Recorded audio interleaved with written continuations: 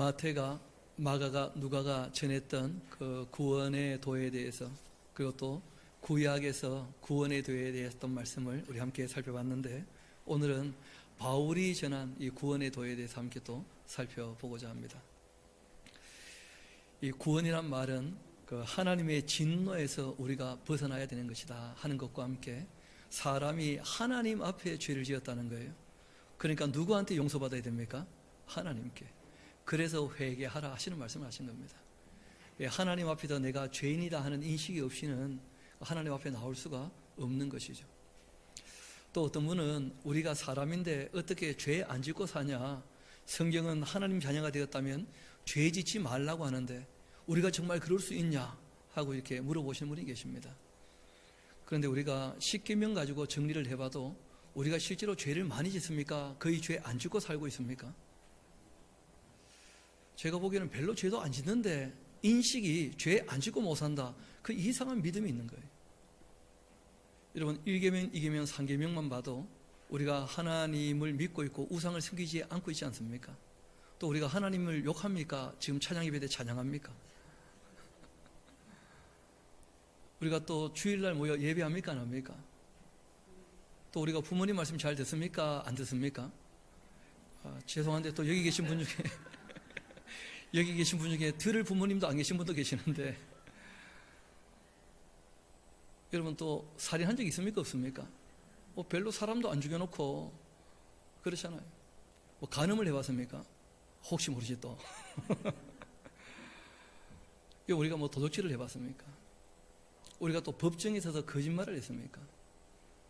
또 남의 것을 탐내지 않으려고 이미 마음에도 정리를 다 하지 않습니까?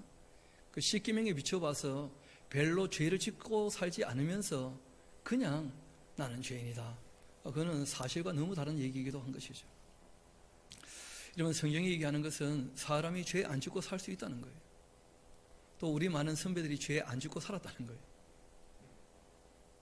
죄 아래서 태어나서 그렇지, 여러분 실제로 하나님이 인정하시는 의인들이 있으시거든요. 요한계시록 보면 거짓말 한 번 안 하고 인생을 사신 분이 14만 4천은 있다니까, 인류 역사 가운데.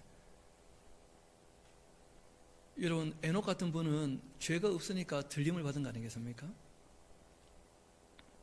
그래서 우리가 너무 그냥 함부로 얘기하기보다는 실제로 좀 따져봐야 된다, 따져봐야 돼. 그럼에도 불구하고 제가 가끔 사용하는 예인데, 우리가 하나님께 나아갈 때 성화의 길이라 하는 것이 무엇인가 이런 거 물어보는 분이 계시더라고요. 여러분, 성화는 아무도 온전히 이룰 수 없습니다. 주님께서 우리를 영화롭게 하셔야 영화롭게 되는 줄로 믿습니다. 완성은 하나님 손에 있다는 거예요. 우리가 계단을 올라갈 때 보면 계단 제일 위를 바라봅니까? 안 바라봅니까? 제일 위를 보죠. 하나님 어떤 분인지, 그리스도의 온전하신 모습이 무엇인지 성경을 통하여 우리에게 다 계시를 하신 거예요. 그리고 말씀하시기를 내가 너희를 사랑한 것처럼 너희도 서로 사랑하라, 그렇게 하신 것이거든요. 거기를 우리가 바라보고 있지만 실제로 내가 서 있는 자리에서 올라갈 때는 날아가겠습니까? 한 계단 올라가겠습니까? 우리 인생은 한 계단 한 계단 올라가는 거예요. 그래서 우리가 성화라 그럽니다. 그럼 그 계단을 올라가다가 뒤로 돌아가지고 걸어 내려오지는 않겠죠. 이제 우리가 하나님을 믿으니까 주님이 우리에게 보여주신 그 길을 향하여 우리가 거꾸로 돌아서 내려오지는 않잖아요. 근데 그 길을 올라가다가 가끔 헛디디거나 실족해서 구부러지는 수가 있습니까? 없습니까? 구부러지는 수가 있다는 거예요. 그럼 그럴 때 뭐 하지 말라는 거예요? 포기하지 아니하면 이루어질 것이다. 7번 넘어져도 다시 털고 일어나서 올라가야 된다는 것이죠. 특별히 오늘 우리가 만나는 바울 같은 분은 자신은 율법에 비춰봤을 때 죄를 하나도 안 지은 사람이라고 자처한 사람이었어요. 그런데 문제는 하나님의 법이 율법이 최선이었느냐? 아니었다는 거예요. 율법은 최소한의 법이었고 하나님의 법은 훨씬 수준 높았어요. 하나님의 사랑의 법에 비춰봤을 때 자기는 죄인의 괴수 중에 괴수였다는 거예요. 자기가 하나님의 그 법을 온전히 알지 못하고 율법을 가지고 자신을 검증해 봤을 때는 너무 자기는 의로웠다는 거예요. 말 그대로 죄를 진짜 하나도 안 짓고 산 사람처럼 여겨졌다는 거예요. 그런데 그리스도의 그 사랑 앞에 하나님의 사랑의 법 앞에 자기를 내어놓고 봤을 때 자기는 죄인 중에 죄인이었다는 거예요. 이런 우리가 수준을 너무 낮춰보기 때문에 죄가 없는 것처럼 여겨지지만 하나님의 법 앞에 정말 하나님의 사랑의 법 앞에 우리를 내놓고 봤을 때 정말 다 부족합니다. 그래서 누구나 다 겸손해야 되는 줄로 믿습니다. 누구도 교만할 수 없다는 거예요. 바울이 그 하나님의 사랑의 법 앞에서 자기의 죄를 깨닫고 돌이키고 난 다음에 이분이 비로소 신앙생활을 바르게 시작한 거예요. 율법에 비추어 죄를 안 짓고 살아가지만 하나님 앞에 늘 부족한 죄인이기 때문에 늘 겸손하게 조심하게 그 걸음 한 걸음 한 걸음을 하나님을 향하여 걸어가고 있지만 이루었다 그렇게 얘기하지 않고 표대를 향하여 여전히 달려가고 있는 것으로 그렇게 자신을 얘기하는 것이죠. 그래서 오늘 그 바울이 얘기했던 구원에 대한 얘기를 우리가 몇 군데를 좀 살펴보려고 여러분에게 좀 나누어 드렸습니다. 그 내용은 여태까지 여러 번 얘기 드렸으니까 단순합니다. 구원의 주체는 누구시라고요? 그 언제부터 세우신 계획입니까? 창조 전에 이미 그 일을 지금 실행해 가시는 거예요. 그런데 하나님의 계획이 인간의 의지 때문에 순탄하게 흘러간 겁니까? 어그러진 부분이 생긴 겁니까? 어그러진 부분이 생긴 거예요. 그래서 하나님께서 죄에 빠진 인간을 다시 어떻게 하시기로 하신 거예요? 건져 주기로 하신 거예요. 구원해 주시기로. 그런데 그때 하나님 쪽에서 큰 대가를 어떻게 하신 겁니까? 지불하셨다는 거예요. 그 인간을 위하여 지불하신 그 대가가 바로 예수 그리스도인 것이죠. 그래서 바울은 예수님이 지셨던 십자가만 생각하면 감격하게 되는 거예요. 왜냐하면 하나님이 용서하시는 것이고 하나님께서 죄의 문제와 사망의 문제를 해결하시는 것인데 이 문제는 하나님 이외에는 아무도 해결할 수가 없다는 거예요. 그래서 구약의 예언자도 끊임없이 외치는 것이 뭐냐 하면 하나님 이외에 누가 너희를 구원할 수가 있겠느냐. 우상은 너희를 건질 수 없다는 거예요. 너희들의 잘남이나 너희들의 돈이나 너희들의 권력을 가지고 너희들이 너희를 구원할 수 없다는 거예요. 죄 문제도 해결할 수 없고 죽음의 문제도 해결할 수 없다는 거예요. 구원자는 오직 하나님 한 분이신 줄 믿습니다. 그걸 명확히 하라 하고 이제 이야기를 시작하는 것이죠. 우리 이분이 전도여행을 하면서 고린도에서 제일 먼저 썼던 편지가 데살로니가 전서 후서였었죠. 그렇죠? 데살로니가 전서를 보면 이렇게 말씀하십니다. 우리 예수님 곧 오실 거니까 위로의 글들을 쓰시면서 우리 데살로니가 전서 2장 같이 한번 가봅시다. 9절부터 제가 한번 읽어드리겠습니다. 형제들아, 우리의 수고와 애쓴 것 너희가 기억할 텐데 너희 아무에게도 폐를 끼치지 아니하려고 밤낮 일했다. 구원받은 사람의 삶의 자세죠. 정직하고 성실하게 일한다는 거예요. 남에게 폐를 끼치지 않으려고. 너희에게 하나님의 복음을 전하였노라. 우리가 너희 믿는 자들을 향하여 어떻게 거룩하고 또 옳고 흠 없이 행하였는지에 대하여 너희가 증인이고 하나님도 그러하다. 여러분, 바울이 아주 당당하게 얘기해요.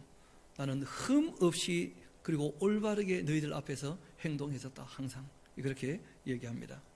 너희도 아는 바와 같이 우리가 너희 각 사람에게 아버지가 자기 자녀에게 하듯 권면하고 위로하고 경계하노니 이는 너희를 부르사 자기 나라와 영광에 이르게 하시는 하나님께 어떻게 해요? 합당히 행하게 하려고. 그러니까 하나님 나라에 그 영광에 이르게 하시는 분은 누구십니까? 하나님이셔요. 그런데 그 나라 백성으로 합당하게 살려고 힘쓰고 애쓰는 것은 누가 해야 됩니까? 우리가 해야 됩니다. 그 일을 동시에 말씀하고 계시는 거죠.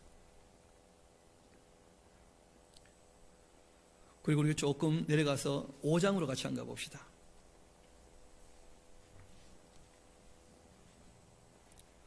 5장 9절 이런 말씀이 있습니다. 하나님이 우리를 세우신 것은 노하심에 이르게 하심이 아니요 오직 우리 주 예수 그리스도로 말미암아서 구원을 받게 하려고 하신 것이다. 이 구원이 우리에게서 한 것이 아니라는 거예요. 예수께서 우리를 위하여 죽으사 우리로 하여금 깨어있든지 자든지 자기와 함께 살게 하려고 구원하신 이유가 여기 있다는 거예요. 자기와 함께 어떻게 해요? 살게 하시려고. 그러므로 피차 권면하고 서로 덕 세우기를 너희가 하는 같이 하라. 그리고 이어서 이제 어떻게 신앙생활 할지에 대하여 공부하시는 말씀들이 나오게 된 것이죠. 우리 23절, 24절은 같이 한번 읽어봅시다. 5장 23절, 24절 시작. 평강의 하나님이 친히 너희를 온전히 거룩하게 하시고 또 너희의 온 영과 혼과 몸이 우리 주 예수 그리스도께서 강림하실 때에 흠 없게 보존되기를 원하노라. 너희를 부르시는 이는 미쁘시니 그가 또한 이루시리라. 누가 이루실 겁니까? 하나님께서. 근데 우리가 합당하게 행하지 않으면 이루시지 않으신다는 거예요. 아침에 우리가 살폈던 말씀들처럼 여전히 죄 가운데 헤매고 있다면, 그러니까 십계명보다도 못한 삶을 살고 있다. 너의 의가 서기관과 바리새인만도 못하다. 그 천국 꿈도 꾸지 마라. 그거 우리 예수님께서 직접 하신 말씀이에요. 적어도 여기 계시는 분들은 십계명 이상은 다 살고 있다고 저는 믿습니다. 또 실제로 그렇게 살고 계시는 것 같고요. 그러나 성경은 우리에게 그 이상을 요구하고 계신다는 거예요. 그래서 우리가 이 말씀을 배우고 또 항상 우리의 삶을 씻어가는 것이죠. 우리 데살로니가 후서 같이 한번 가봅시다. 이 편지를 보냈다가 오해가 생겼죠. 그래서 그 오해를 풀어주시는 중에도 말씀하신 내용이 있습니다. 우리 1장 4절부터 제가 한번 읽어드리겠습니다. 그러므로 너희가 견디고 있는 모든 박해와 환난 중에 너희 인내와 믿음으로 말미암아 하나님의 여러 교회에서 우리가 친히 자랑하고 있다. 이는 하나님의 공의로운 심판의 표요 너희로 하여금 하나님 나라에 합당한 자로 여김을 받게 하려고 하는 것이다. 그 나라를 위하여 너희가 또한 이 땅에서는 뭘 받는다고요? 고난을 받는다는 거예요. 우리가 하나님 나라를 바라보면서 이 땅에서도 잘 먹고 잘 살겠다. 방향성이 좀 잘못된 것입니다. 왜냐하면 이 세상이라고 할 때 늘 말씀드리듯이 예수님께서 승천하시고 난 다음에 그 하늘에서 하나님 앞에서 참수하던 이 사탄이 쫓겨내려왔어요. 하늘에서 더 이상 있을 곳을 찾지 못하고, 그리고 이 악령과 그리고 이 사탄이 자기들의 때가 마지막인 줄 알고 힘써서 일하면서 사람들을 미혹한다는 거예요. 하나님께서 허락을 하신 겁니다. 정한 때까지. 그래서 성도의 검증이나 연단을 위해서 이 땅에 사는 성도들에게는 뭐가 있다는 거예요? 고난이 얼마든지 있다는 거예요. 환난도 있고. 그래서 우리가 영원한 하나님 나라를 바라본다면 이 모든 환난과 핍박과 고난을 어떻게 할 수 있다는 겁니까? 이겨낼 수 있다는 거예요. 여러분, 그 믿음이 필요한 것이죠. 하나님 나라가 믿어지지 않는다면 이 땅에서 쉽게 좌절하고 굴복하고 넘어질 거라는 거예요. 이 성경은 그렇게 하지 말라고 여러 군데서 권고하십니다.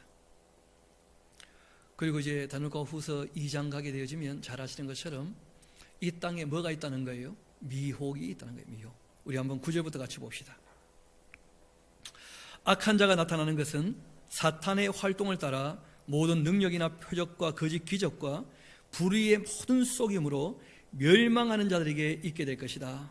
이는 그들이 진리의 사랑을 받지 아니하여 구원함을 받지 못하는 것이다. 이러므로 하나님이 미혹의 역사를 그들에게 보내사 거짓 것을 믿게 하신 것은 진리를 믿지 않고 불의를 좋아하는 모든 자들은 심판받게 하시려고. 거기 보면 진리의 사랑을 받지 않으면 구원함이 있답니까? 없답니까? 없다는 거예요. 하나님께서 우리를 사랑하신다는 그 사랑을 받아들이고 하나님의 사랑하는 사람은 이렇게 살아야 된다고 주셨던 그 계명을 따르는, 진리를 따르는 삶, 이것이 없이는 하나님의 사람이라 할 수 없다는 거예요. 왜냐하면 늘 성경이 얘기하시는 것이 나를 사랑하는 자들은 나의 계명을 지키느니라, 그렇게 말씀하시거든요. 그래서 하나님의 사랑이 정말 믿어졌다면 주님을 사랑하는 마음으로 그 말씀을 따라 사는가, 이것이 우리가 구원받은 백성인가 아닌가 그 검증할 수 있는 참 중요한 잣대가 되기도 하는 것이죠. 그리고 우리 고린도전서로 같이 한번 가봅시다. 참 말씀 많고 문제 많은 이 교회였지만 바울이 그 교회에 끊임없이 불러일으키고자 하는 그들의 삶의 방향을 부여잡을 수 있는 것은 잘못을 책망하는 것만 가지고 안 됩니다. 왜 우리가 돌이켜야 하는가?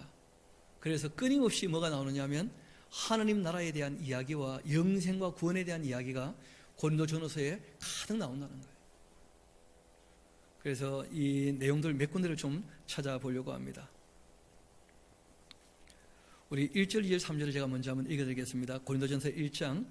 하나님의 뜻을 따라 그리스도 예수의 사도로 부르심을 받은 바울과 형제 소스데네는 고린도에 있는 하나님의 교회 곧 그리스도 예수 안에서 거룩해지고 성도라 부르심을 받는 자들과 또 각 처에서 우리 주 곧 그들과 우리의 주 되신 예수 그리스도의 이름을 부르는 모든 자들에게 하나님 우리 아버지와 주 예수 그리스도로부터 은혜와 평강이 있기를 원하노라.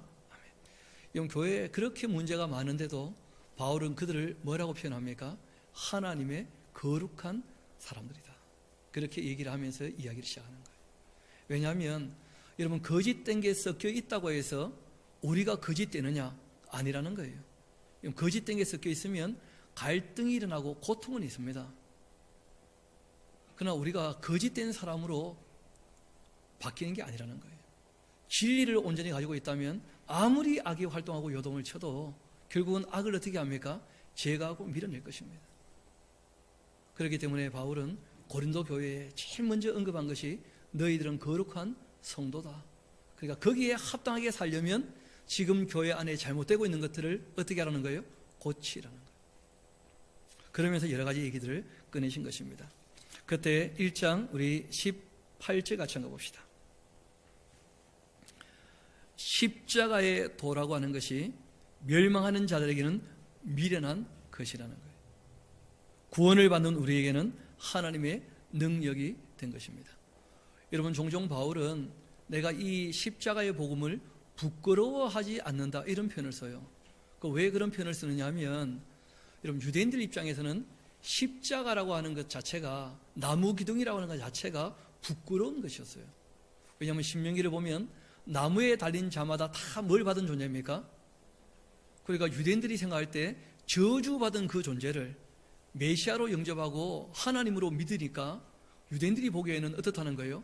부끄러운 것일 수 있다는 거예요. 실제로 바리새인이었던 이 바울 입장에서 예수님을 모를 때에는 그 십자가가 무엇이었다는 거예요? 가장 부끄러운 것이었었죠. 그런데 그 십자가로 말미암아 우리의 저주가 끊어지고 하나님과 관계가 연결되었다는 것을 바울이 알게 되자 이 십자가는 저주의 표상이 아니고 우리를 사랑하신 사랑의 확실한 상징이 된 것입니다.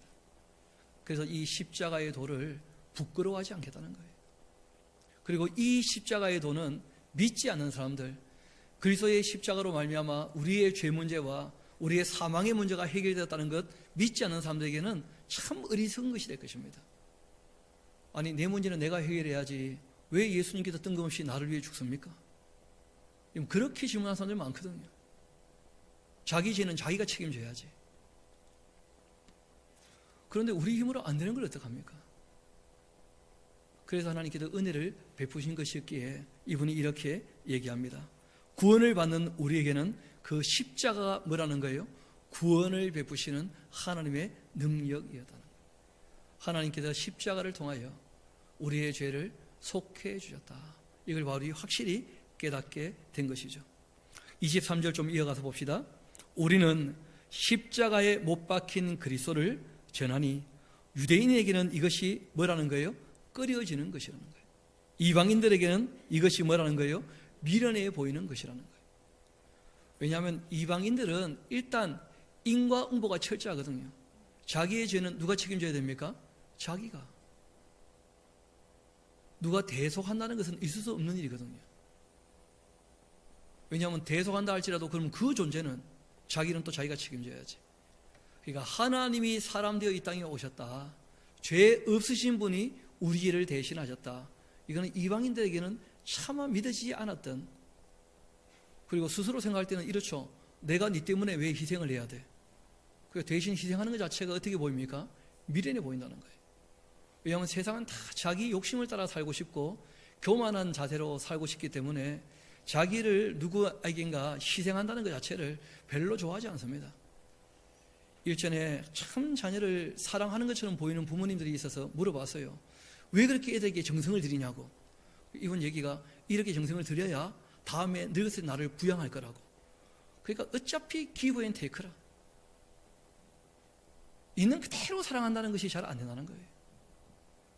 돌려받지 못한다 할지라도 내가 사랑하는 것만으로도 내가 참 행복하다. 이게 이 세상은 잘 안 된다는 거예요. 제 친구 중에 한 명도 그런 친구가 있었습니다. 자녀를 많이 낳아야 된다. 왜? 그래야지 수지가 맞다. 그러니까 전혀 생각하는 방향이 다르다는 거예요. 그래서 요즘에는 자녀가 부양한다는 것은 잘 없는 일일 테니까 아예 놓지를 말자, 이런 쪽으로 지금 흘러가고 있죠. 애들 낳아서 뭐 하겠냐, 그 기른데 피곤하고 길러 놔도 은혜도 모를 텐데, 알고 보니까 자기가 그런 사람이라 다 자기 같은 줄 아는 거예요. 그러니까 더 이상 생명을 소중히 여기지 않는 그런 시대, 정말 타락한 거죠. 그런 시대가 되고 말았다는 거예요. 이 이방인들은 희생을 귀하게 여기지 않았다는 거예요. 그래서 이 십자가가 유대인들에게는 꺼리끼는 것이었고 이방인들에게는 미련한 것이었지만, 우리 24절은 같이 한번 읽어볼까요? 시작. 오직 부르심을 받은 자들에게는 유대인이나 헬라인이나 그리스도는 하나님의 능력이요 하나님의 지혜니라. 그래서 이 하나님의 어리석음이 사람보다 지혜로운 것이고 하나님의 약하심이 사람보다 강하신 것이다. 그 십자가가 무엇인지를 바르게 알게 된다면, 그러면 하나님이 어떤 일을 하셨는지, 얼마나 지혜롭게 일을 하셨는지 다 알게 될 것이다. 그렇게 얘기한 것이죠. 또 우리 조금 뒤로 넘어가서 3장 같이 한번 가봅시다. 바울이 얘기하고자 하는 그 요지 중에 하나는 뭐냐면, 구원이라면 다 같은 구원이겠느냐, 그런 얘기를 또 꺼내는 거예요. 이 땅에서 우리가 살아가는 삶의 이유와 목적이 있다는 것이죠. 10절부터 한번 읽어드리겠습니다. 나에게 주신 하나님의 은혜를 따라 나에게 지혜로운 건축자와 같이 틀을 닦아두매 다른 이가 그 위에 세우나 그러나 각각 어떻게 그 위에 세울까를 조심해야 할 것이다. 여러분, 반석은 예수님이신데 그 위에 집을 지어갈 때 조심하며 지어야 된다는 거예요. 이어봅시다. 이 닦아둔 것 외에 능히 다른 틀을 닦아둘 자가 없으니 이 터는 곧 누구시라고요? 예수 그리스도시라. 이 터는 아무 문제가 없습니다. 만일 누구든지 금이나 은이나 보석이나 나무나 풀이나 짚으로 이 터 위에 세운다면, 세상의 가치를 가지고 그 주님의 몸된 교회를 지어간다. 그러면 그 터는 예수님이지만 그 지어간 것은 전혀 잘못되었다는 거예요. 각 사람의 공적들이 다 나타나게 될 텐데 그날 공적을 밝히리니 이는 불로 나타내고 그 불이 각 사람의 공적이 어떠한 것을 시험할 것이라. 만일 누구든지 그 위에 세운 공적이 그대로 있으면 뭘 받을 거예요? 상을 받을 거예요. 그 잣대는 주님의 뜻을 따랐느냐 따르지 않았느냐, 이게 잣대거든요. 이 잣대에 맞지 않으면 훅 부는 순간 다 날아간다는 거예요. 그리고 말씀하십니다. 누구든지 그 공적이 불타면 해를 받으리니, 그러나 자신은 구원을 받기는 하지만 어디서 받는다고요? 불 가운데서 받는 것 같은 부끄러운 구원이 있다는 거예요. 그 터 위에 서 있으니까 쫓겨나지는 않겠지만은, 그러나 구원이 똑같은 구원이냐? 전혀 그렇지 않다 하고 말씀하신 거예요. 그리고 이어 말씀하십니다. 너희는 너희가 하나님의 뭐라는 거예요? 성전이라는 거예요. 그러니까 주님이 터가 되시고 우리가 지어져 가고 있지 않습니까? 그런데 이 지어져 가는 것이 불탈 것을 가지고 지어버린다면 결국은 남들이 보기에는 그럴듯해 보여도 아무것도 아니라는 거예요. 다 날아가 버릴 것이니까. 그래서 주님의 뜻을 따르는 것이 아니라면 별로 의미가 없는 것이죠. 그래서 우리가 이 말씀을 기초로 해서 우리의 양심을 우리가 늘 말씀으로 씻고 닦고, 이 말씀이 우리에게 실천하라 하신 대로 우리가 생활함으로써 각 사람이 행한 대로 주시는 하나님의 은혜 앞에 정말 하늘에서 상이 있는 저와 여러분 될 수 있기를 소망합니다. 그것이 우리가 여기 함께 모이게 된 이유 중에 하나인 것이죠. 또 조금 뒤로 넘어가서 같이 봅시다. 4장 같이 한번 가봅시다. 17절입니다. 이로 말미암아 내가 주 안에서 내 사랑하고 신실한 아들 디모데를 너희에게 보내었으니 그가 너희로 하여금 그리스도 예수 안에서, 여러분 바울이 예수 안에서 하는 말을 많이 썼는데 요한이 이것을 설명을 했죠. 그 계명을 따르는 것이 그 안에 있는 것입니다. 나의 행사 곧 내가 각처 각 교회에서 가르치는 것을 생각나게 할 것이다. 그러니까 바울이 하나님의 뜻이 무엇인지를 명확히 가르쳤던 것, 그리고 본인이 가르치는 대로 어떻게 했습니까? 살았던 것, 이게 신앙의 능력이라는 거예요. 좀 이어봅시다. 어떤 이들은 내가 너에게 나아가지 아니할 것 같이 스스로 교만해졌는데 주께서 허락하시면 내가 너에게 속히 나아가서 교만한 자들의 그 말이 아니라 오직 그 무엇을 알아보겠다고요? 그러니까 어떤 능력입니까? 하나님 말씀을 따라 사는 그 능력을 보겠다는 거예요. 내가 너희들에게 가르치고 보였던 것처럼. 하나님 나라는 말에 있는 것이 아닙니다. 교만한 사람들은 마치 자기 말만 들으면 구원 얻을 것처럼, 세상 성공할 것처럼 그렇게 떠들거든요. 그런데 하나님 나라는 그런 말에 있는 게 아니라는 거예요. 오직 그 능력을 알아보겠다. 정말 주의 말씀을 바르게 알고 그 말씀을 따라 살고 있는가, 그 능력을 알아보겠다. 너희가 무엇을 원하느냐? 내가 매를 가지고 너희에게 나아가랴. 사랑과 온유한 마음으로 나아가랴. 하나님의 나라는 말에 있는 게 아니라는 거예요. 교만한 말에 있는 것이 아니라는 거예요. 다 되지도 않고 된 것처럼 말하는 그 말에 있는 것이 아니라는 거예요. 여러분, 젊은 친구들하고 얘기를 해보면 가끔 그런 얘기를 하거든요. 우리 교회는 고신대 다니는 친구들 있지 않습니까? 신학대학 다니는 친구들 얘기 들어보면 아는 것도 없는데 다 아는 것처럼 얘기한다는 거예요. 신학생들이 몇 학년도 안 됐는데, 그리고는 자꾸 외국 학자들 데리고 나오니까 우리는 누군지 모르잖아요. 몰트만이 누군지, 바르트가 누군지, 카르트가 누군지 알 수가 있나? 농약 이름도 아니고 도무지 알 수 없는. 근데 그런 사람들 데리고 나오니까 대단한 게 있는 것처럼 뭐가 주눅을 들고 그렇게 하거든요. 되물어 봐야 되겠죠. 성경은 제대로 알고 있냐? 이 성경을 모르면서 이런저런 사람들의 그 사상이나 그 말의 흐름이 무슨 특별한 의미가 있겠냐는 거예요. 또 이번에 종교개혁주의를 맞이하면서 들었던 얘기 중에 하나가 교리가 참 중요하지 않는가? 신학대학 갔더니 교리를 참 많이 얘기한다는 거예요. 여러분, 개혁은 교리에서 멈추면 안 됩니다. 교리가 원래 얘기했던 대로 솔라 스크립추라, 말씀으로 돌아가야 돼요. 말씀으로. 저희도 한번 교리를 다루는 일이 있기는 하겠습니다만은, 여러분, 교리라고 하는 것은 말씀을 축약한 게 아닙니다. 말씀 중에 중요하다고 여기는 것들을 정리한 것인데, 여러분, 말씀 중에 특별히 중요한 게 따로 있습니까? 다 중요합니까? 그러니까 우리가 말씀 전체를 바르게 알아야지, 교리 몇 개를 알고 거기에 굳어져 버리면 오히려 사람이 괴물처럼 변하는 수가 있어요. 너무 마음이 강팍하게 되고 너무 좁아진다는 거예요. 그런 거 우리가 조심해야 될 필요가 있습니다.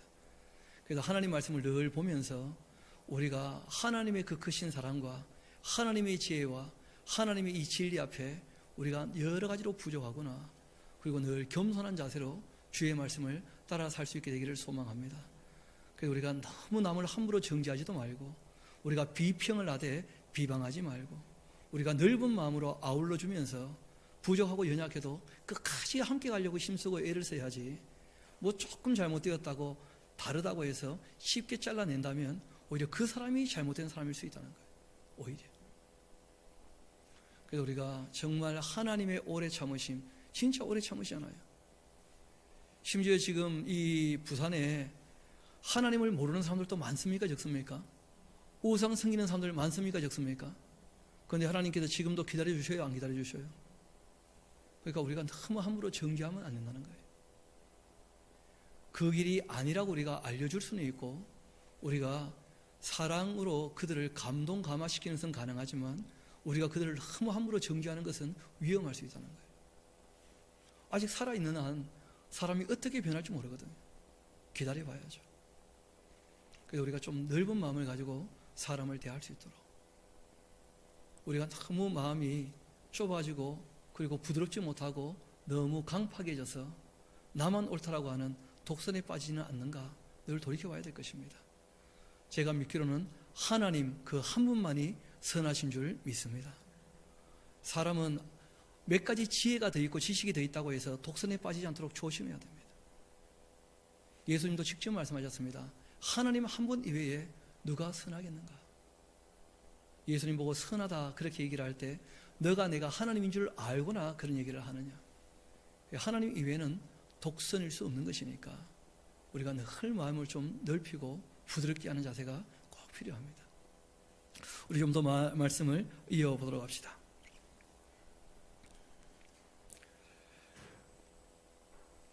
그 5장에 있는 말씀인데요. 어디 갔어요? 죄송합니다. 고린도전서 4장이었죠. 17절부터 읽다가 제가 조금 얘기했는데, 우리가 그 능력이 하나님 말씀을 따르는 것이다 하는 말씀을 하다가 여기까지 온 것 같습니다. 우리 5장으로 한번 같이 가봅시다. 5장 보면 4절부터 한번 봅시다. 주 예수의 이름으로 너희가 내 영과 함께 모여서 우리 주 예수의 능력으로 이런 자를 사탄에게 내주었으니 이는 육신은 멸하고 영은 주 예수의 날에 구원받게 하려 함이라. 교회 안에서 음행이 있었다는 거예요. 그 음행이 어떤 음행이었냐면 한 여자에게 아버지와 아들이 함께 들어가는 거예요. 말도 아닌 일이 벌어졌죠. 여러분, 그럴 때는 교회에서 출교는 가능하다는 거예요. 함께 신앙생활을 할 수는 없다. 명확하게 드러난 사람들이 있거든요. 그런 사람들이 이제 사단에게 내어준다고 출교하게 되어지면 이 사람이 얼마 안 돼서 죽었다는 거예요. 요즘에는 그런 일이 잘 없죠. 그렇게 하신 이유가 있습니다. 출교를 해야 그것이 마지막 회개의 기회가 된다는 거예요. 내가 교회에서 쫓겨날 만큼 죄를 지었구나. 그러면 내가 정신 차려야 되겠다. 그 쫓겨나고 난 다음에 회개를 하면 그 사람 더 이상 죄 짓지 못하도록 죽었다는 거예요, 그 당시에. 그래서 교회에서 출교를 할 때에는 그 사람을 내버리는 것이 목적이 아니었고 마지막 회개의 기회라는 거죠. 그렇게 해서 출교를 시키면 그 사람이 그때 회개하면 그때라도 구원받을 수 있는 길이 열리지 않겠는가 해서 그렇게 아주 엄하게 교회가 그 사람들을 치료했던 그런 일들이 있었습니다. 요즘에는 뭐 출교시키면 또 딴 교회 가니까 더 이상 요즘에는 별로 힘이 없는데 예전에는 이게 굉장히 중요한 내용이기도 했었죠.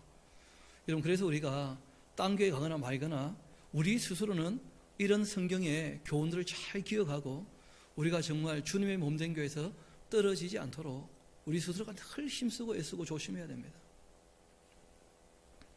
그 다음 좀 더 우리 뒤로 가서 봅시다. 6장 같이 가봅시다. 오늘 아침 우리가 읽었던 말씀이기도 하죠.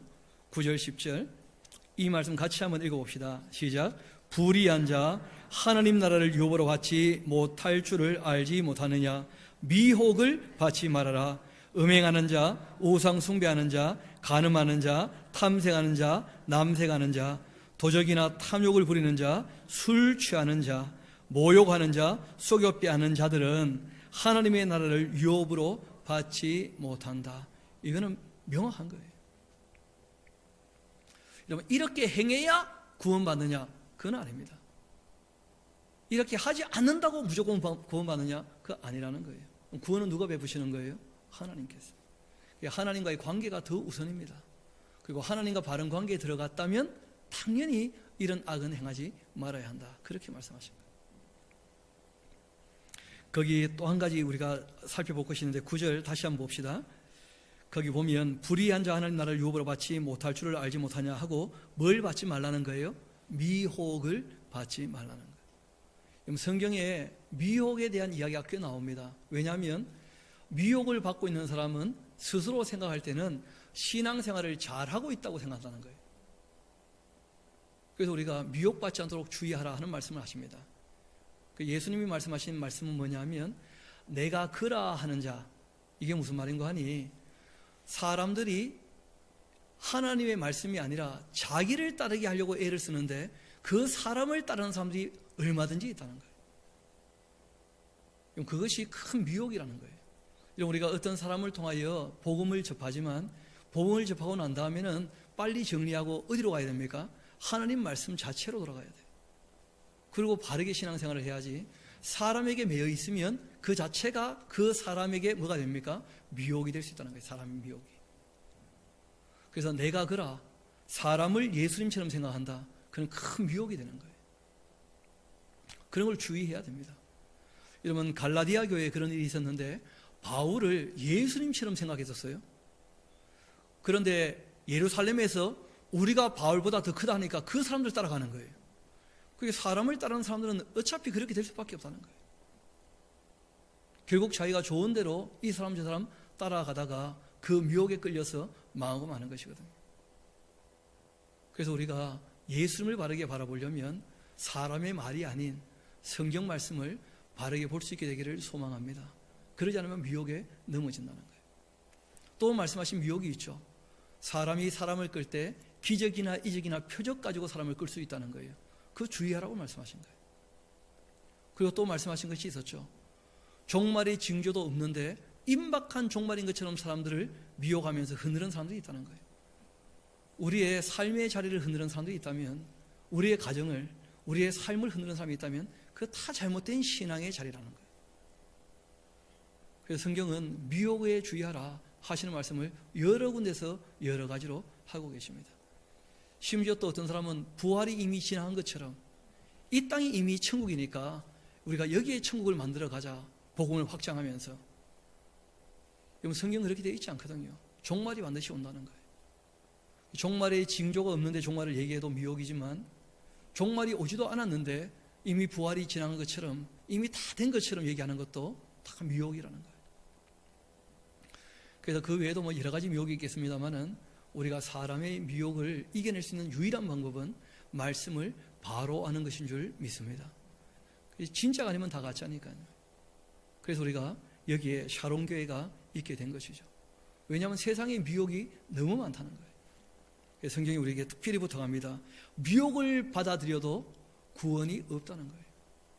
왜냐하면 미혹을 받는 사람은 하나님 말씀보다 자기를 더 소중히 여기는 거예요. 그래서 자기가 좋아하는 대로 흘러가는 것입니다. 그러면 미혹을 받게 되는 거예요. 그 다음 우리 조금 더 뒤로 가서 7장 같이 한가 봅시다. 1절을 먼저 봅시다. 너희가 쓴 문제에 대하여 하면서 말씀을 하십니다.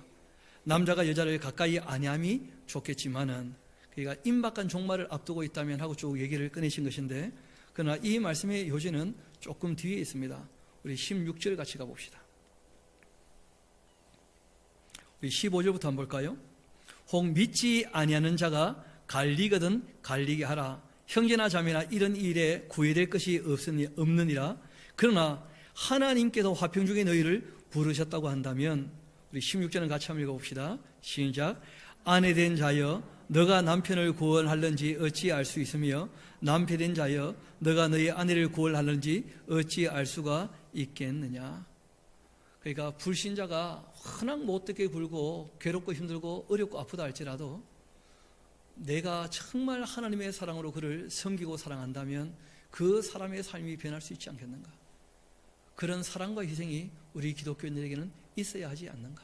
그렇게 부탁을 하신 거예요. 그러니까 함부로 갈리지 말라는 것이죠. 이것이 바울의 권고의 내용이었습니다. 그리고 우리 9장으로 같이 한번 가봅시다.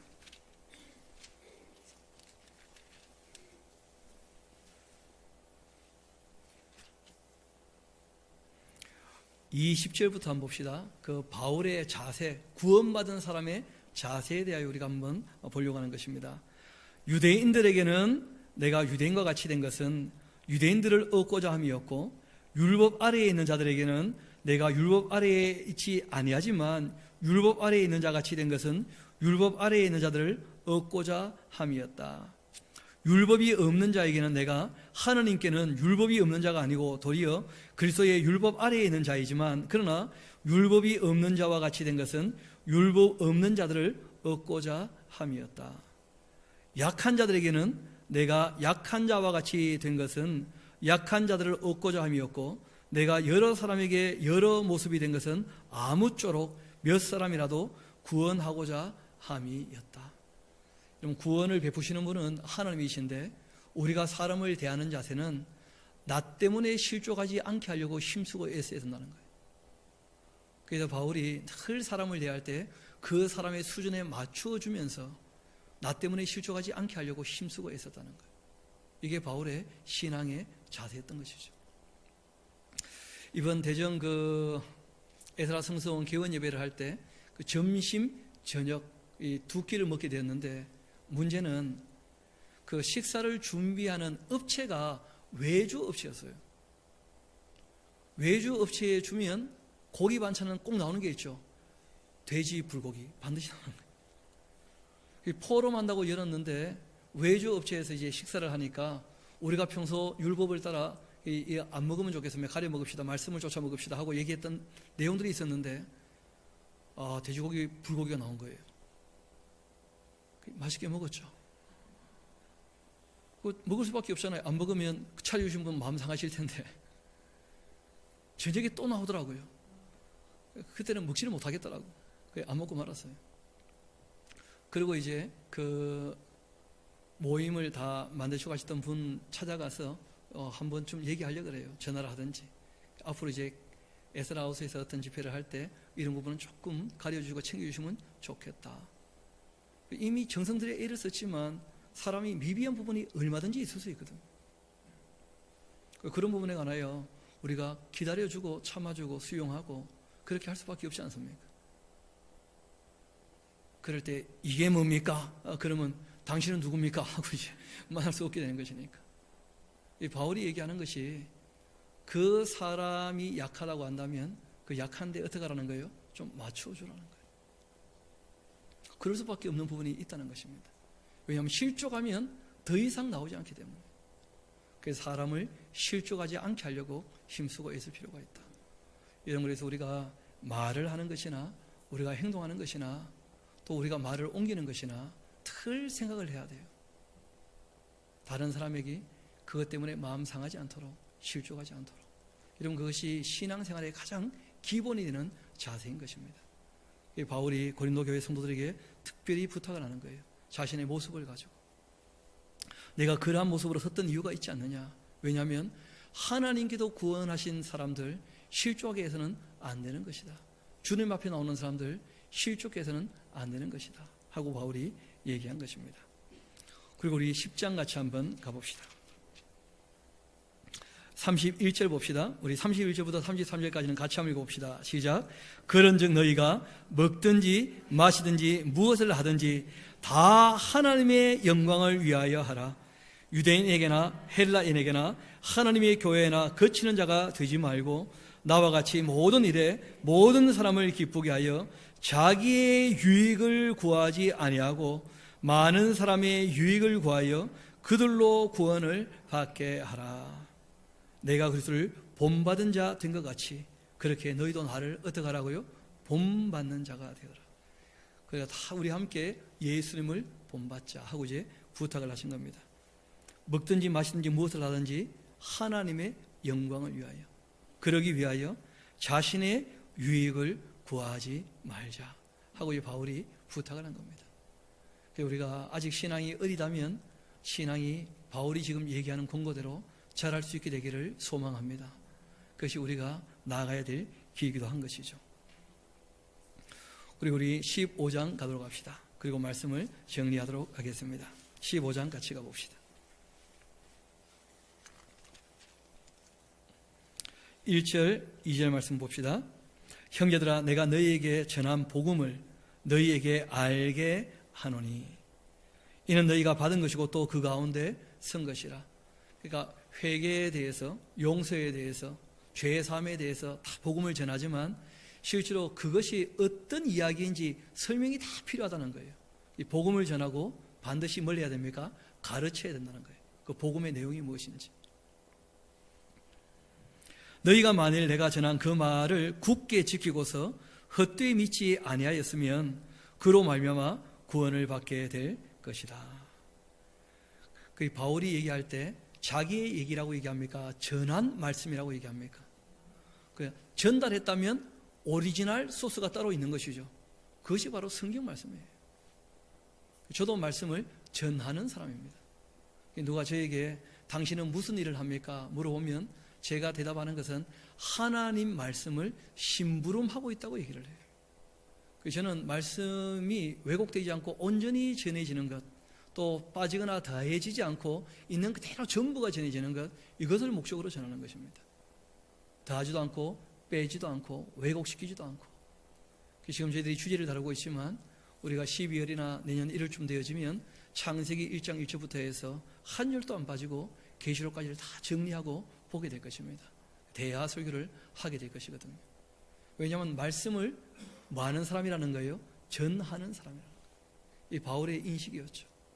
하나님 말씀이 전달되어져야 왜곡이 일어나지 않습니다. 하나님 말씀에 자꾸 자기 욕심을 섞어 놓으면 문제가 생기는 것이죠. 그 전해진 그 말씀, 진리 자체를 그대로 믿고 그 말씀을 따른다면 그러면 정말 구원받은 사람 아닌가, 그렇게 바울이 얘기한 것입니다. 그리고 조금 더 내려와서 우리 24절 정도 한번 같이 가봅시다. 20절부터 한번 읽어드리겠습니다. 그러나 이제 그리스도께서 죽은 자 가운데에서 다시 살아나사 잠자는 자들의 첫 열매가 되셨도다. 사망이 한 사람으로 말미암았으니 죽은 자의 부활도 한 사람으로 말미암노도다. 아담 안에서 모든 사람이 죽은 것 같이 그리스도 안에서는 모든 사람이 삶을 얻게 된다. 그러나 각각 자기 차례대로 될 것이다.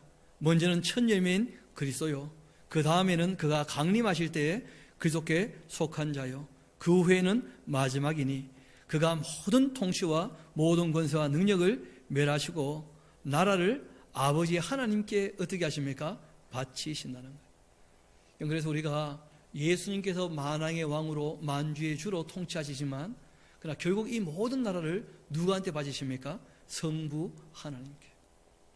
그래서 우리가 성부 하나님에 대한 이해와 함께 성자 예수님께서 하신 일과 성령께서 무엇을 우리에게 돕고 계시는지, 그 삼위일체 하나님에 대한 인식이 바르지 못하면 늘 헷갈리게 되는 거예요. 그래서 바울이 거기에 대해서 명확히 구도를 정리해서 얘기를 합니다. 예수님께서 우리를 구원하시고 그 나라가 세워지게 될 텐데 그 후에 그 나라를 아버지 하나님께 바치실 것이다, 그렇게 얘기하고 있습니다. 그리고 우리 제일 마지막으로 가보도록 합시다. 우리 50절입니다. 우리 15장 50절은 같이 한번 읽어봅시다. 시작. 형제들아, 내가 이것을 말하노니 혈과 육은 하나님 나라를 이어받을 수 없고 또한 썩는 것은 썩지 아니하는 것을 유업으로 받지 못하느니라. 그러니까 혈과 육, 이 세상에 자기의 욕망을 성취하려고 살았던 사람이라면 하나님 나라를 이어받을 수 없다는 거예요. 결국 비밀을 얘기하죠. 부활이 있고 휴거가 있을 것이다, 그렇게 말씀하십니다. 그리고 55절 보면 사망도 다 끝나게 될 것입니다. 56절을 보면 사망이 쏘는 것은 죄였고 죄의 권능은 율법이었는데 사람이 죄 아래서 다 죽게 되었다가 예수 그리스도로 말미암아 부활과 그리고 영생에 참여하게 된다 하는 말씀을 하신 것이죠. 그 다음 결론적으로 말씀하십니다. 이 구원, 이 영생에 대하여 하나님께서 다 이루어 주신다면 이 땅에 사는 우리는 어떻게 해야 되는가, 이게 중요한 것이거든요. 우리 주 예수 그리스도로 말미암아 우리에게 승리를 주시는 하나님께 감사하노니 그러므로 내 사랑하는 형제들아, 견실하며 흔들리지 말고 항상 주님의 일에 더욱 힘쓰는 자들이 되어라. 이는 너희 수고가 주 안에서 헛되지 않은 줄 알미라. 아멘. 우리가 영생을 바라보고 살아간다면 이 땅에서 주님의 일에 더욱더 힘쓰는 저와 여러분 될 수 있기를 소망합니다. 또 특별히 오늘 그 새가족 교육을 다 마치고 정식으로 이제 샤론교회 성도가 되는 분도 계신다고 하시는데 이왕 들어왔으니까 말씀을 다 읽고 듣고 배우고 그 말씀을 전하며 또 그 말씀을 따라 사는데 같이 힘쓸 수 있게 되기를 소망합니다. 우리 함께 기도하도록 하시겠습니다. 아버지 하나님, 참 감사합니다. 하나님의 사람 바울을 통하여 주님께서 베푸신 구원이 무엇인지, 또 구원받은 사람들의 삶이 어떠해야 되는지, 또 본인은 하나님의 백성이라고 생각하면서도 그렇지 않은 사람의 모습은 또 어떠한지, 또 사람이 끝까지 미혹받지 않아야 될 이유와 또 주님의 뜻을 끝까지 따르며 주의 일에 힘써야 될 이유가 무엇인지를 우리가 함께 살피며 나누게 되었습니다. 아버지 하나님, 사도 바울이 예수 그리스도를 본받아 살았던 것처럼 저희들도 주님을 본받아 살기를 소망합니다. 때로 넘어지고 쓰러지고 엎드려졌다 할지라도 주님께서 선한 도움의 손길로 저희를 일으켜 주시며 끝까지 인도해 주시기를 소망합니다. 모든 것을 주님께 의탁합니다. 감사드리며 우리의 구주가 되시는 예수님 이름으로 기도합니다.